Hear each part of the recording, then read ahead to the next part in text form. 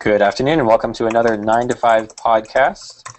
We have with us Seth, Mike, and Mark, and my name is Scott. So if you guys all just want to say hi really quick. Hi. Hi. And apparently, Mark, did we lose you? Sorry, Yeah, I was muted. There we go. Okay. How's everything? You just wanted a great introduction and just not say anything after. Okay, so what we're going to talk about today, we're going to talk about Apple Anonymous, which is a lot of employees going onto Twitter and social media and kind of venting in ways that Apple isn't quite happy about, but they're kind of having a lot of controversy there. We're also going to talk about the new two-factor authentication for Apple IDs, the new VP of Technology, Kevin Lynch, who comes from Adobe. And if we have some extra time, we'll also talk about Samsung's smartwatch and Google Now and some other topics that are going on right now. So let's jump right into it with an Apple Anonymous. So Mark, you wrote up the really awesome article with Apple Anonymous. Do you kind of just want to summarize it and talk about what the main points were with it? Sure. Have we tweeted out the YouTube for people to watch live yet? I can do it. Yeah, is anyone even here? No, it's just us talking. Let's do that, and then we'll continue.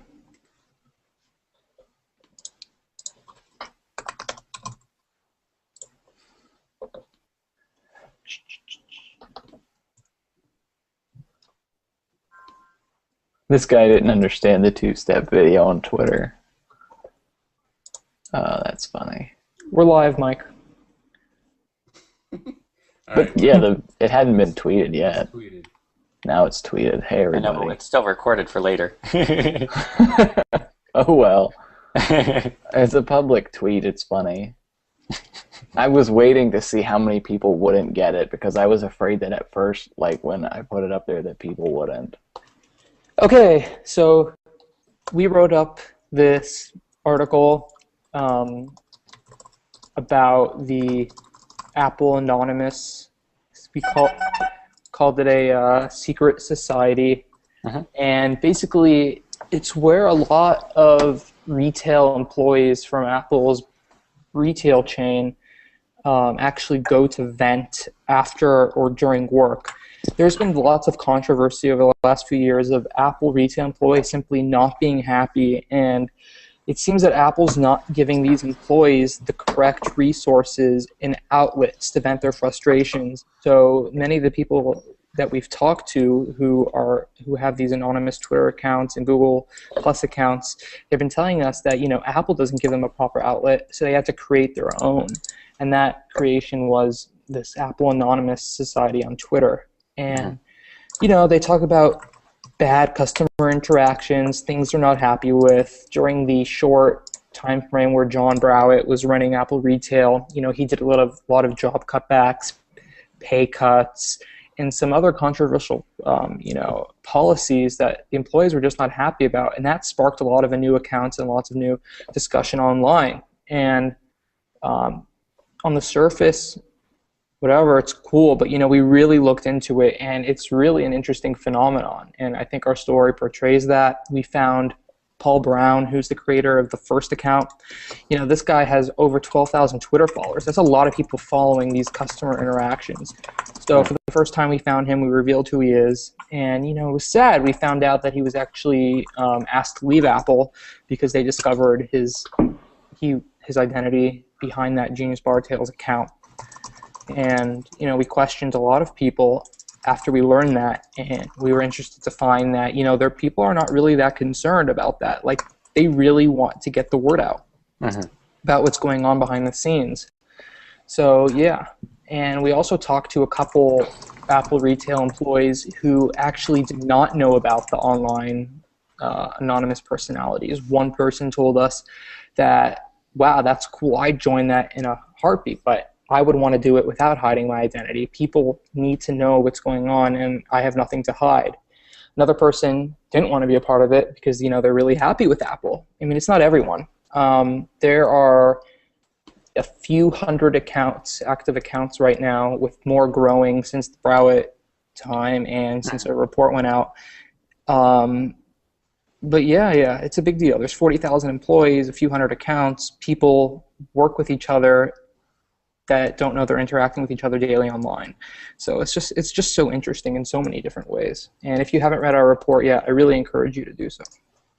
Do you think that Apple has always had this kind of environment where everything's very hectic, and it seems like they're expecting people to just be worker bees rather than people that are thinking different? Have you heard about like the Steve Jobs frantic late night phone calls? Wasn't it? No, no. Yeah, well, I mean, there were lots of stories or whatever that he would call engineers and whatnot, wake them up in the middle of the night, make them go do this, make them go do that. It was not a happy place. And, recent reports are talking about like how Cook doesn't do that type of stuff these days. So I think in terms of the corporate side, Apple used to be more hectic. It's probably still hectic, but it's a little better. But with the retail employees, I mean, it's so weird. Like when you walk into an Apple store, you would never think there's so many unhappy people who are paid to play with computers all day. Well, yeah. That's one thing I was going to bring up. Do you feel like there's a disconnect between corporate and the actual retail stores?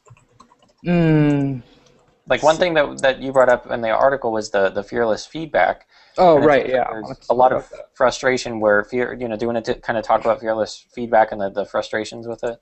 I agree with what you just said, that there seems to be a disconnect between corporate and the actual people on the floor in the retail stores who actually represent the company. Like, you don't know who's behind the scenes building your iPhone or developing your iPhone. You know who's selling it to you, going to one of Apple's stores.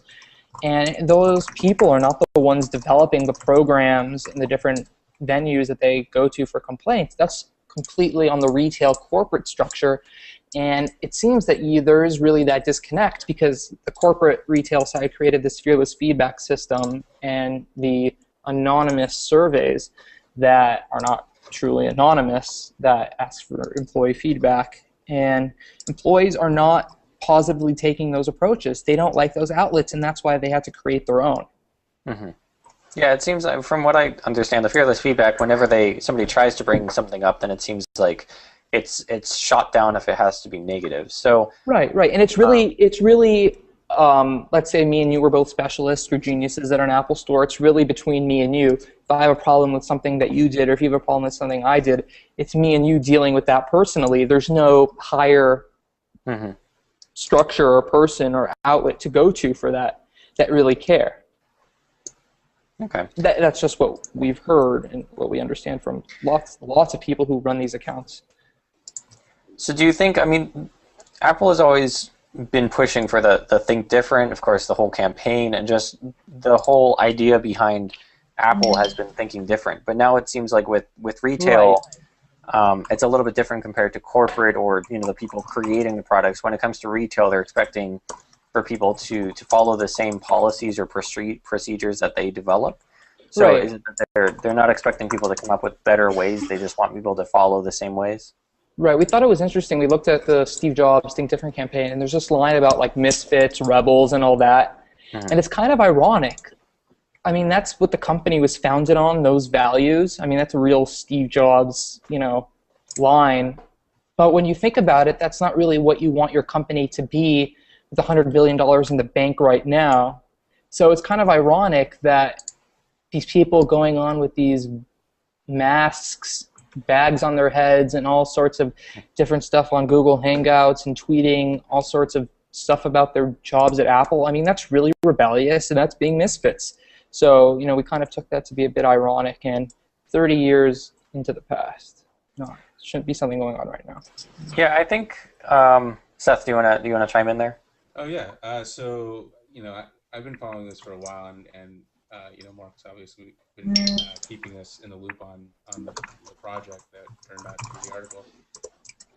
I think what's most amazing about it, or what's most interesting about it, is that you have this whole community of people who have to be anonymous. If they're not anonymous, they lose their jobs. But you have this social network of anonymous people that are communicating, and you can kind of get to see what's going on the ground if you follow some of these people, and you can see that if a new PR or HR directive comes out, everybody's pissed off about it, and you can kind of get a feel of what's going on inside the Apple stores because of these people who are talking about what's happening. So I think that's that was the interesting thing that drew me in earlier, and with Mark's report, it's kind of blown up that idea. Mm-hmm. Okay. Yeah, it seems the whole rebel mentality really works when you're an underdog, and that was working well when Apple was below Microsoft or trying to get as much market share as possible. But now that they have so much market share when it comes to iOS and all of their other products, it seems they're trying to say, okay, when you're coming up with new products, you can be a rebel and not really follow the same ways of doing things in terms of building a product. But when it comes to people who are just lower level employees for doing either Apple Care support or in store, it's something where they just expect, hey, it's worked. People love retail, so it must work, so follow what we say. Does that sound right? Yeah.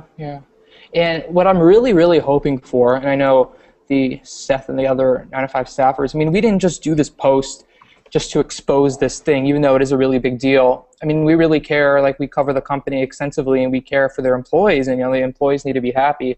So we're hoping that, Apple Corporate takes a look at this. I'm sure they are, and, there needs to be some change happening. Yeah. I mean, there's clearly, like Tim Cook is promising change. I remember lots of people who were sitting in on the internal town hall meeting in January. They told me that Cook was making a huge deal about we know that there's employees in our retail stores who are not happy, and we're working on that extensively. But there really hasn't been much since then. He was also doubling down on secrecy. Yeah, Seth and I both cringed when you said that.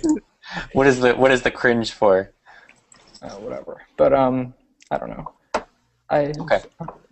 Yeah. Well, so we're hoping that something comes out of this, and we're looking forward to hearing positive change. Okay. Let's go into the two-factor authentication that came out for the Apple IDs. So now you can use Find My iPhone or an SMS device to actually get another login or another factor for that authentication. So does this kind of hint at the security measures that they've been making? I know that they hired more security people. They're starting to get more patents that have to do with fingerprint scanning. So does this have to do more with the security measures in the future?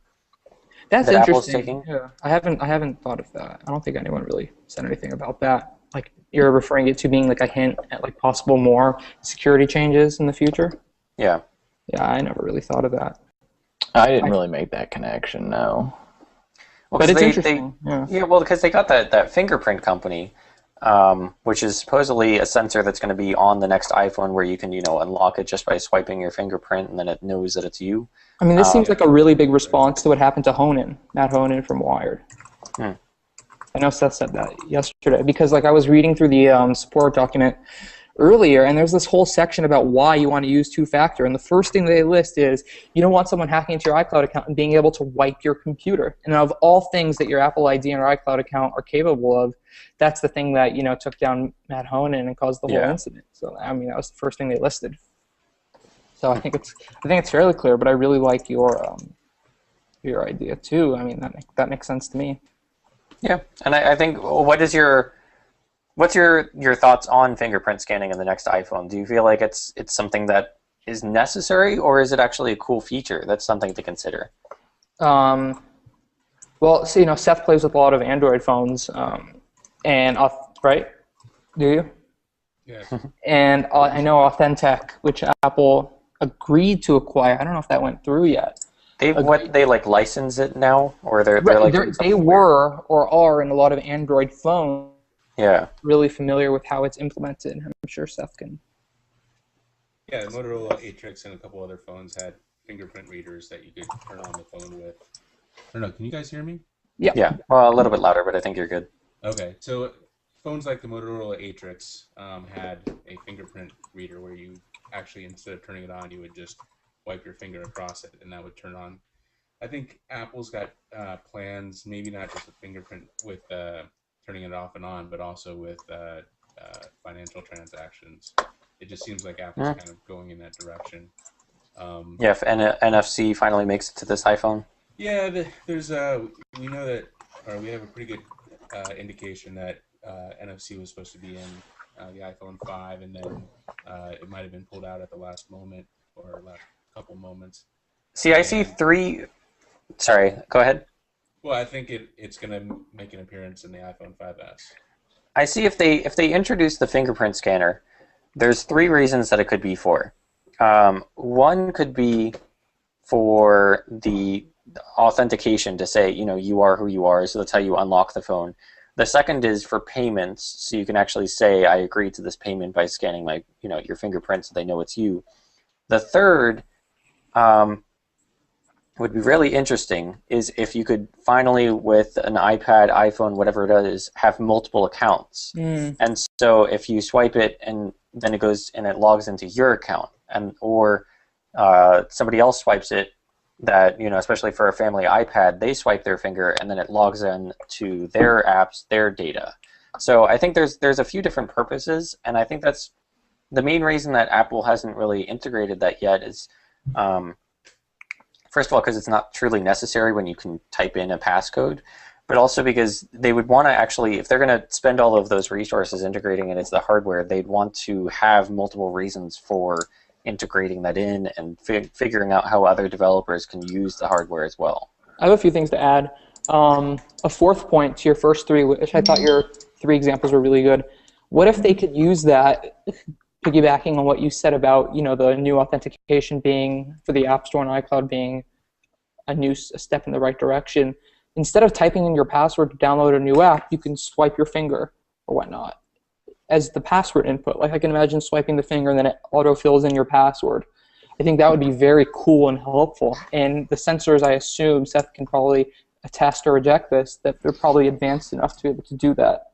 Another thing that I was thinking is, if you look at Apple's big acquisitions, and in terms of company size and the money involved and resources, this is a very big acquisition for Apple. This is one of the biggest purchases that they've ever made. I think the agreement was $300 million plus.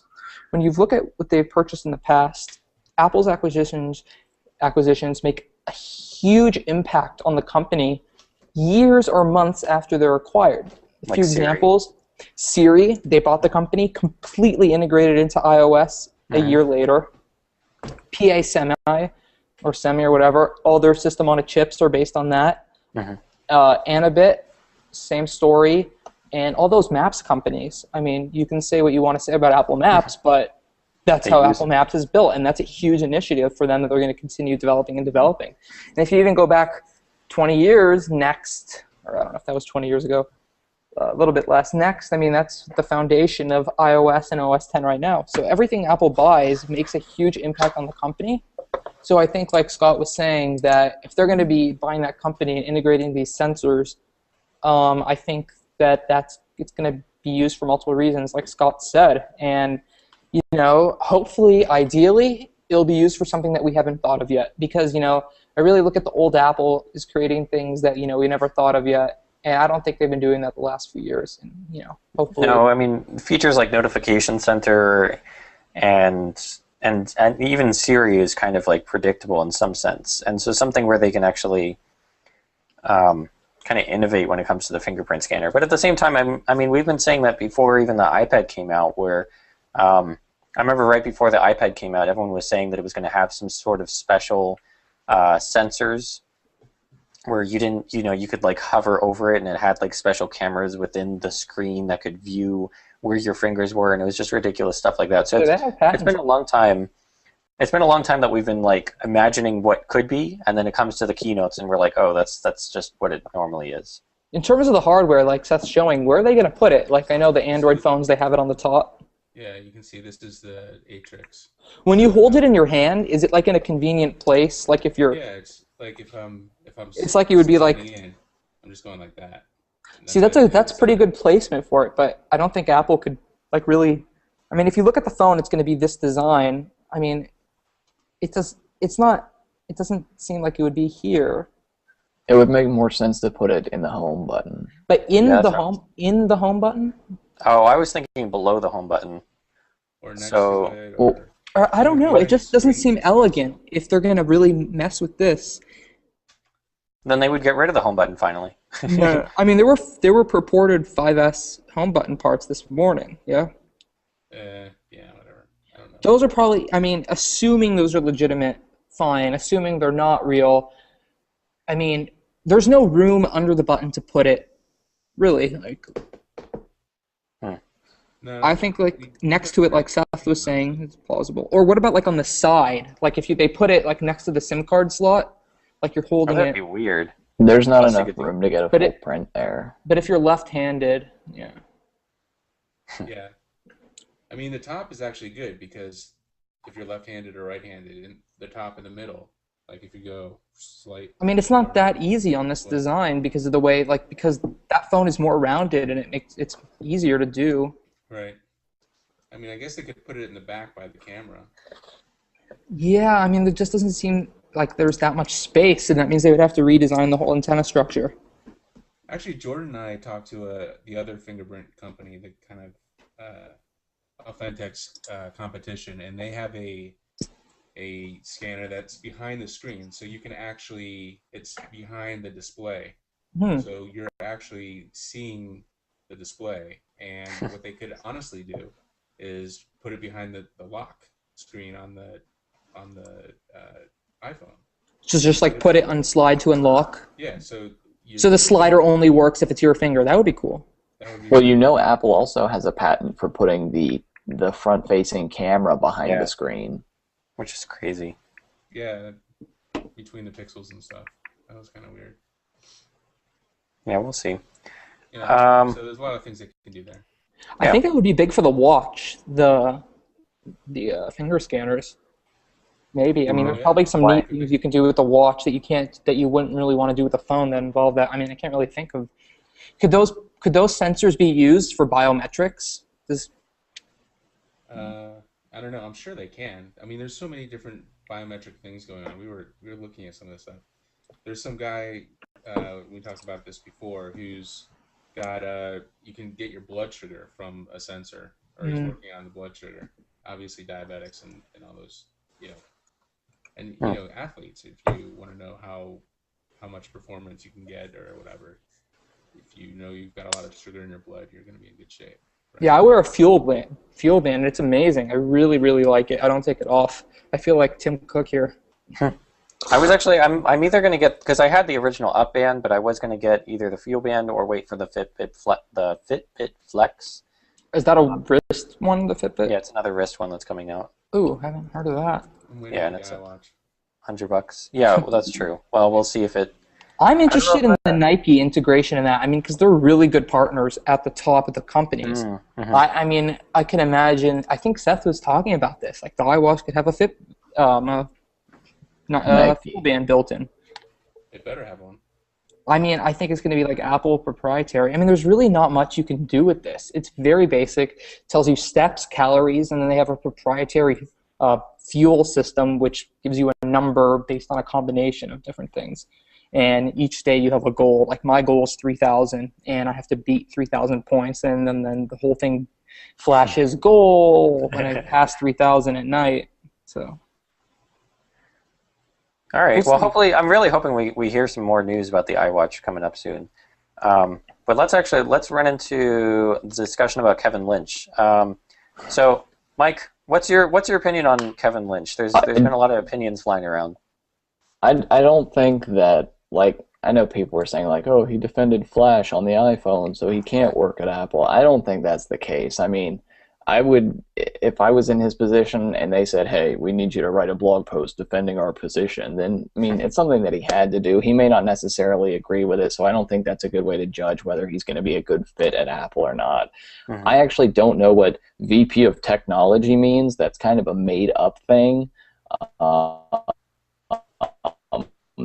And so I don't even know what he's going to be doing there, really. I mean, Johnny Ive is in charge of software. He's in charge of hardware. So what remaining technology is there to even put this guy in charge of? So I don't know what he's going to be doing. Well, the technologies group it's really everyone that has to do with wireless and everyone that has to do with chipsets that power the Apple devices. And when you really look into the corporate structure, it's not like people who are focused on that chip hardware or the wireless hardware. I mean, it's literally everyone in one group. That technologies group under Mansfield has software people too who do the software programming needing to power the chips and integrate them with iOS and OS 10. Same with integrating the wireless hardware. So, I mean, this could be hardware software integration, graphics with software integration, and that's something we know he did at Adobe. And you're talking about the title VP of Technology. Bob Mansfield is SVP Technology. Well, It's kind of like a senior vice president of operations would logically become the chief of operations, or the VP of marketing would become the SVP of marketing. So Mansfield, his 2-year contract is done after next year, at the end of next year. It would be unwise for Tim Cook to leave any uncertainty of what's happening in that very critical role in the company, the role of the person who brings hardware and software together, something that Apple has deep in their DNA, without a hire. And I think it's very clear that Kevin Lynch is is Bob Mansfield's replacement. Mm-hmm. Which is crazy. I mean, when you think about, a few months ago, Kevin Lynch has been kind of like, I guess, demonized a little bit by the Apple faithful because of his stance on Flash. But I mean, so to be devil's advocate there, I don't know how good he is. I've actually met Kevin Lynch in person. He seemed like a nice guy.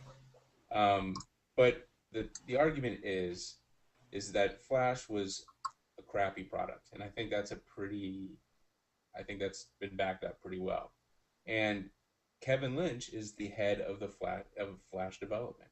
So Apple's contention in the Thoughts on Flash thing that Steve Jobs wrote was that Flash was crappy software.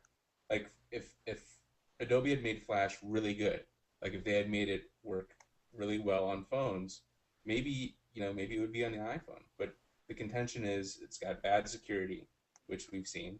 It has horrible battery life on mobile devices. It's any devices crashes. It's just bad software. And who's the head of that software group? That's Kevin Lynch.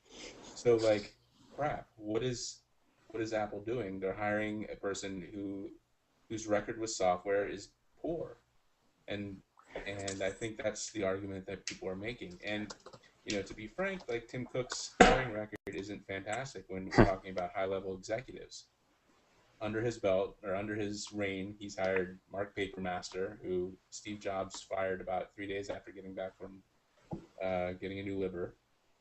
John Browett, who was immediately hated by everybody. And now Kevin Lynch, one of the people that Apple has like on their front page derided as a poor software developer. I mean, what do you? I don't think Tim Cook knows what he's doing. Well, I mean, I think maybe personnel isn't his strong point. I mean, there's has to be something we're missing. The guy's not an idiot. Apple is not stupid. Tim Cook is not where the buck stops. I mean, he has he has Scott Forstall advising him, and he has a whole executive team. So, I mean, there was clearly discussion. But, right. Yeah. So, I mean, obviously Mansfield would be involved in that, right? Who? Mansfield. Yeah, Mansfield. Mansfield was also, there were the court documents. I mean, they found Papermaster because he was under Mansfield's recommendation, but from what I remember, Papermaster was last on Mansfield's list, but he was on his list. Mm-hmm. And he wasn't even highly recommended by Mansfield. He was just like a name. Right. Well, probably everybody else was like, no, I don't want to do this job. And we have we have about a year and a half to go before Mansfield says he's out, and there's a year and a half to correct this wrong it's not even a wrong yet. Right. Well, we don't know. I mean, I'm sure, that in that Thoughts on Flash letter, they acknowledged that they had been working with Adobe for a long time. So, and I'm sure with Photoshop and all the other applications out there, Apple and Adobe have been working together. So Kevin Lynch would be involved in those conversations and part of those discussions. So they had. I mean, it's not like they just met the guy. He's been part of discussions for a long time, and Right. I think what Federici and Schiller. Schiller and somebody else too. No. Schiller and Lynch. Yeah, but there was somebody else who Oh, I think came oh, up oh. from Macromedia as well. Anyway, may have had some kind of relationship at Macromedia in the late '90s as well. Yeah, I was going to bring that up. Where do you feel like Schiller's relationship? I guess he could have backed up the hire if he felt like he did have good work together at Macromedia. Yeah, I mean it's 15 years ago, but there was some Twitter stuff that shout outs. Kevin Lynch gave Phil Schiller a shout out or something. So, I mean, maybe I don't know.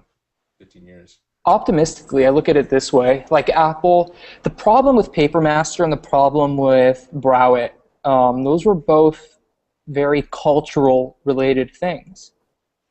And if you're the guy running a division or something, you're not the hands-on guy building the software. Kevin Lynch didn't program Flash, as far as I know. You guys might know better. But, he was just a leadership role.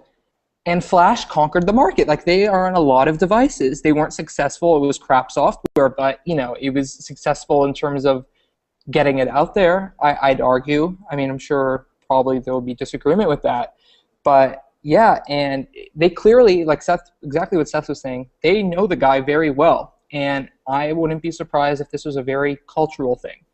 Another optimistic way to look at it is this is better than nothing. The original game plan was Mansfield's out, and everything is under Dan Riccio. Chips can be under him, wireless, those could all be under him right now.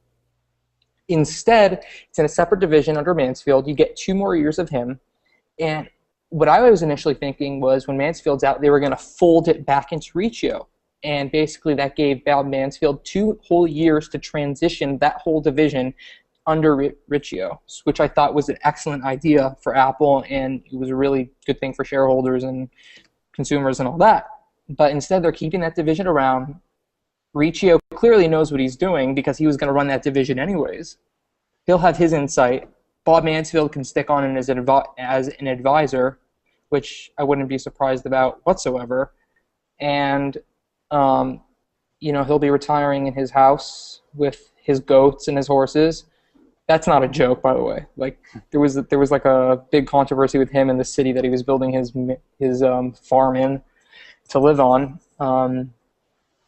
Yeah, so this is better than nothing. Keeping that division around with a clear leader who fits in culturally is better than just pushing everything under one guy. So, I mean, there's really an optimistic way to look at it. Yeah, I guess we'll see. I don't think he's even officially. Is he even in the address book? He might be like a couple months away from actually starting work. I don't think he's on the website still. He left Adobe today. Oh, did he? Okay. And then I guess at some point in the future, he'll start appearing in Apple events. And I don't doubt that he would. I don't think he'll be on the PR bio site yet. No, he's still below Mansfield. He's a vice president. Right. Which is also kind of amusing because he was a top dog at Adobe, and he's not quite. He's not even senior now, yeah. He's not even senior, right? So. Well, I guess that. Why do you think? I mean, is Mansfield a senior? Yeah, he's senior vice president. So I guess they couldn't have like 2 senior vice presidents. No. This is just a vice president. There's over 100 of those. Yeah. But the reason people are concerned. People are concerned because it's clear that in 2 years from now, Lynch might be Mansfield's replacement. So. It's not even 2 years; it's a year. A year and a half now. Yeah. So. Okay. Let's talk about the Samsung smartwatch really quick. So, I'm really hoping that the Apple rumors start saying that Apple's working on a time machine, because whatever Apple is supposedly working on is what Samsung quickly creates. So I'm really hoping that they come up with either a time machine or, I don't know, just some sort of magic pills maybe they're working on.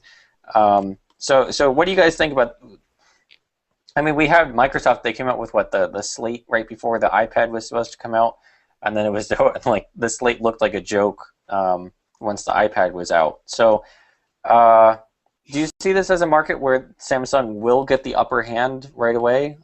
Mike, do you want to chime in here? Do you feel like Samsung will have the market before Apple can even get into it? No, I don't. I don't think it'll. Well, they might take a small part of it, but it's not going to be one of those things like when Apple came out with the iPad and suddenly everybody wanted tablets and everybody wanted iPads. It's not going to be like Samsung comes out with a smartwatch, a Galaxy S watch, and suddenly everybody wants to have a smartwatch.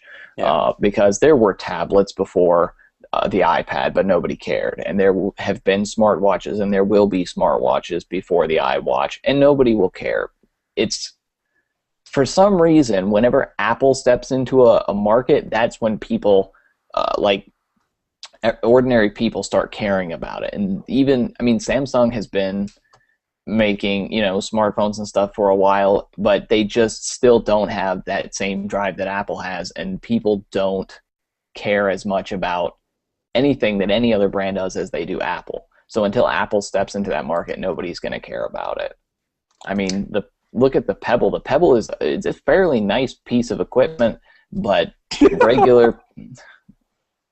It's nicer than most on the market. Okay, I mean, you tried that one that was not great. I've tried some that were not great. The Pebble, I know people who have Pebbles and they love them. So, even though it's a great watch, it's still not gaining as much traction as, a good watch, a smartwatch should. Because Apple's not in the market. If Apple was in the market, it would be a whole different game, and I think even the Pebble would be more popular if Apple had a watch. Because they just have to bring people's attention to that market. So no, Samsung will not take the market before Apple. Well, I think they're not bringing any innovation with it. It seems like they're just kind of just building a watch that maybe possibly talks to your phone or is part of a quick ecosystem, but it doesn't seem like it's anything that we haven't expected from Pebble or anybody else. They're just creating their own version of it. I think the reason that, like Mike was saying, that people really only care about the Apple product, the market, until Apple creates it, reinvents it, or steps in, is because like that whole Apple ecosystem, and no more relevant is that than in the last couple of years or so with iCloud and all these newer Apple devices are all demoted to the same level. And I think something like a watch, it's more than a phone or a computer or a tablet. Something you always have on you, and it's not a platform or a phone replacement. It's something that is a new way to experience what you already have. And given Apple's past track record and the entire ecosystem that exists, I think that's going to be unmatched in terms of translating over to a watch, being able to access all the content, because it's really a content. It's really another window into your already existing stuff. Mm-hmm.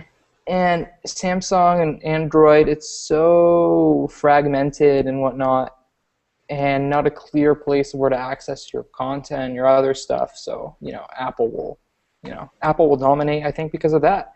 And it's also, I think, going to be a time thing. It's going to be really, I think Apple, like based on the current rumors, they want to get the thing out by the end of the year.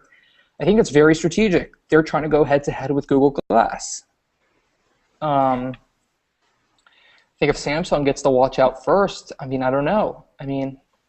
Based on past history, I think Samsung will wait for what Apple does and then copy it, but we'll see. Well, weren't you the one that actually you were saying that the watch was going to be its own platform, or was that somebody else last week? No, I said I hope it is. Oh, but you don't think it will be? I don't know. Yeah. Well, I think the main, with Samsung's last event, they were trying to create their own ecosystem. They had their own $300 home sync that hooks up to your TV, which I can't believe that it was that expensive. And they're trying to make it so that you can have stuff talk between your devices. So it seems like they're trying to go beyond what what Google provides and create Apple their own has 10 years. See, what I think Samsung, I completely agree that Samsung is trying to do that, but they're packing it all into a couple of years. Apple has 10 years under their belt of gradually building up this ecosystem. So with the entire ecosystem there as a foundation, it's easy to just keep plopping devices on it. But you can't put out the devices first and then tack the ecosystem on top of that and then try to do everything at once. Apple is, we say Apple's terrible at scaling cloud services, but they're pretty damn good at scaling an ecosystem. Mm-hmm. So. Yeah, well, I mean, Samsung has gotten their phones into the hands of so many people without even having an ecosystem. Right, but I'm saying in terms of like other devices other than a phone. That's true. So if they want to go beyond the phone, yeah, I think that'll be kind of interesting to see how that works. If they want to grow to have a smartwatch, I think the smartwatch will be the first place where we see if they're able to go beyond just a phone, and if they're able to go into TV, computer, all the different other places. I mean, the thing is that they don't provide any of their own operating systems, though. So who, Samsung? Samsung, yeah. I mean, they work on Windows. System is their own. That's true. I couldn't hear that. The TV operating system is their own. Oh, cool. Smart TV. They don't use like Google TV or anything? They had no, they don't have any Google TVs. They were gonna. I think they had some planned and they never came out. LG uses Google TV as to other. I remember. LG, it's not just Samsung that's supposed to be building a watch. We learned today that Google, LG, and probably everybody else is also working on a watch, and it'll probably be the same story as the iPhone and the iPad. So. Yeah, well, everyone wants to make sure that they're not behind on it. They want to make sure that they're on it right away. Right, and actually, to be fair, Sony, of all companies, has a watch. They've had a watch for about a year, and I actually tried it, and it's crap. But they have a watch. It's touch-enabled, connects to your Android or iPhone through Bluetooth. The problems with it, I think Gizmodo called it the worst thing that's ever happened in the history of man. The problem, it's a watch, and it's got a like a bad OLED display, and if you're outside, you can't see the face. So, like, the sun, you just cannot see your watch face. So it's totally useless outside. And then inside, it's very buggy, very like jaggy. You swipe, and then like 3 seconds later, the thing goes by. So really poor implementation, but Sony did try it, and there are, like, to be fair, there are some things that actually work with it. So like if you get a Facebook message or a Twitter tweet, whatever, it'll come across the watch. So I mean, that technology is already out in rudimentary form, besides the Pebble. So I don't know. But I feel like if Apple is going to go into this, they have to go beyond what everyone else is going to offer, and then of course everyone's going to duplicate it. So I think it's going to be interesting to see how they. And I think the main point is what Mark brought up, is that it's going to be part of an ecosystem which others can't provide. So I think that's the main selling point, is to say it adds on rather than being its own product. We'll see. I mean, it could be both. It could be it's a standalone device, but lots of people are going to want it as a stacked-on product. And when you look at what would they price an accessory at, and could they really market an accessory? An accessory is their next big thing. Like an I mean, there's just so much that will go that behind the scenes, strategic-wise, it needs to be thought about for this product. And more than anything Apple's ever done before, I'm really excited to see how they do this strategically, because a tablet, computer replacement, addition to a computer, it's very clear cut. A phone is extremely clear cut. A TV is very clear cut. It's something you got on your wall, access your content. But a wrist device can just go so many ways, and so that's why I think it's going to be very exciting. And they only got one shot at this. I mean, Apple is not in a position to screw up and try again. Monetarily wise, money in the bank wise, yes. Stockholder wise and consumer expectation wise, they are in a very vulnerable spot if they screw this up. It's better to do nothing than something that's wrong the first time. Apple needs to measure twice, cut once. Yeah. Well, let's talk about one more thing here, the Google Now controversy. Where I don't know if it's too much of a controversy, but it seems like there's a little bit of Eric Schmidt saying that Apple will be able to say whether or not they're going to have Google Now on the store, or if it's never going to appear. I think, for me, Eric Schmidt was more saying the only way for Google Now to appear on iOS is if they want to deeply integrate it into iOS and part of the operating system. And so Eric was pretty much, for me, saying, hey, go talk to Apple and see if they're ever going to open up their ecosystem to allow us to kind of replace Siri. But most news places kind of assumed that meant check and see if it's in the App Store. And then everyone asked Apple, and they were like, yeah, Google's now not in the App Store.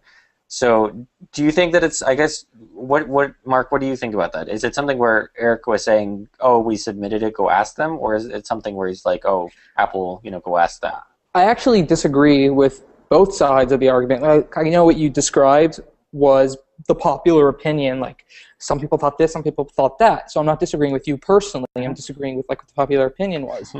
I think it's a third thing. I think he was just talking about, well, first of all, maybe he just doesn't know what he's talking about. But if he did know what he was talking about, he could have just been referring to, we're going to have to submit this thing, and Apple is going to be the one who approves it. Now, based off of Apple and Google's past history in terms of app approvals, nobody should be surprised that he doesn't think this is a clear-cut process. Based on Google Voice and other stuff that Google's tried to do on iOS, who knows if this is going to get approved? Also stuck in the approval process was that Google search update with a little bit of Google Now integration. Knowing that past history, I would say the same thing. It's up to Apple to approve it. He never said they submitted it, and he never said they didn't submit it. I think these comments were completely taken out of context, and I don't think enough thought was put into it. And I think the interesting thing is another thing that was interesting. Oh, go ahead. I'll say it after you. No, you can go because I forgot now. Okay. When people were saying that Google Maps was submitted to the App Store, people ran to Apple PR and said, hey, was this true? Apple PR obviously told them, nope, that's not true. That Google hasn't submitted anything to us. And all these people said people familiar with the matter, sources, or secret source inside Apple told us. But clearly it's all bullshit. Everyone just talks to Google, Apple PR off the record. But with this story, Apple was happy to say no. Apple spokesperson said no, they didn't. And it's funny because it's the same places who said Google didn't submit Google Maps. They all have secret sources, but now they don't have secret sources, and PR talks to them now. So just thought that was interesting. With Google, they have enough money to make a whole entire application and then risk that it's going to sit there and that Apple's never going to approve it. But it's interesting to think that Apple doesn't have a way where you can just consult them and say, this is what I want to do. I've read over the guidelines. Now, will this go through? Without having to spend the $50,000, $60,000 developing the application and then not having it approved because it doesn't align with what they're trying to do. I mean, I think it's fairly obvious that some of the bigger companies and Apple partners, they have like a direct line through Apple and say, hey, we're going to build this app, will you approve it? And I wouldn't be surprised that they're in active talks about this application. I know there's other apps who've, Well, I mean, Google obviously didn't have that great of a connection if Google Voice sat there for so long. Ooh, I mean, I think that was a tricky situation. I mean, the FCC got involved. Yeah, I think AT&T might have been involved with that as well. It wasn't just Apple. I also think that I'm fairly certain that Google has some back channel communications with Apple, and they're not just going to, I think they said they weren't going to build some app because they didn't think Apple would approve it. I can't remember which one. But there's definitely, I mean, they're not just guessing about what Apple's going to approve and not going to approve. The fact that that video leaked out for a little bit, though, like, come on. Like, that's not an accident. Like, Google's putting that out there, probably said, hey, Engadget, check this out. And then took it down. And then, okay, it's now it's everywhere. And now what is Apple going to do? They're going to say, no, we're not going to approve it when it comes time to approve.